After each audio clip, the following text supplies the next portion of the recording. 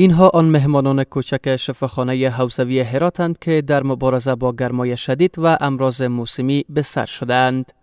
مسئولان بخش اطفال این شفاخانه میگویند که روزانه صدها کودک به دلیل امراض فصلی به این شفاخانه آورده می شوند که عامل اصلی آن افزایش گرما است. تعداد مراجعین ما در اول هفته زیادتر و آیسته در روزهای مختلف هفته متفاوت می باشه. به طور مثال دیروز ما حدوداً 1449 طفل داخل بخش اطفال شده که فیصدی برند از اینا را واقعا اصال استفراغ تشکیل میداده که وضعیت‌های مختلف داشتن. ما امروز 342 مریض داخل بستر داریم که به فضل خداوند بزرگ تمام نیازمندی‌های اطفال از نقطه نظر جا و همچنان دوا مورد نیاز و امکانات منابع بشری به اندازه کافی می باشه. شماری از متخصصان میگویند که با گرمای شدید تابستان امراض فصلی روز به روز افزایش می‌یابد و امراض اسهال در میان کودکان نیز رو به افزایش است.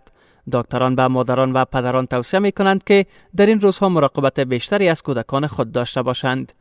برای والدین ما توصیه اینه که در این فصل تابستان متوجه طفلان خود در قسمت نوشیدن آب و غذایی که استفاده میکنن باشن، بهداشتشان مراعات کنن و مایات کافی بعد کافی به آنها داده بشه که به خاطر که کمبود مایات خود یک پرابلم بسیار عمده نزد اطفال باشه.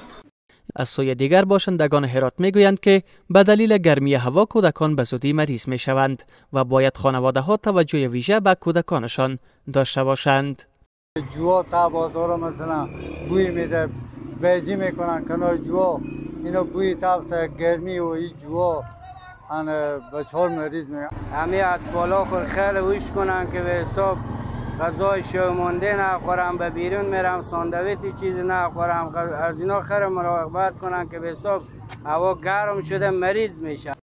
مسئولان میگویند که اگر به غذا و نوشیدنی کودکان توجه ویژه صورت گیرد، از سرگردانی آنان جلوگیری می شود و ممکن است میزان ابتلا به بیماری های فصلی کاهش یابد.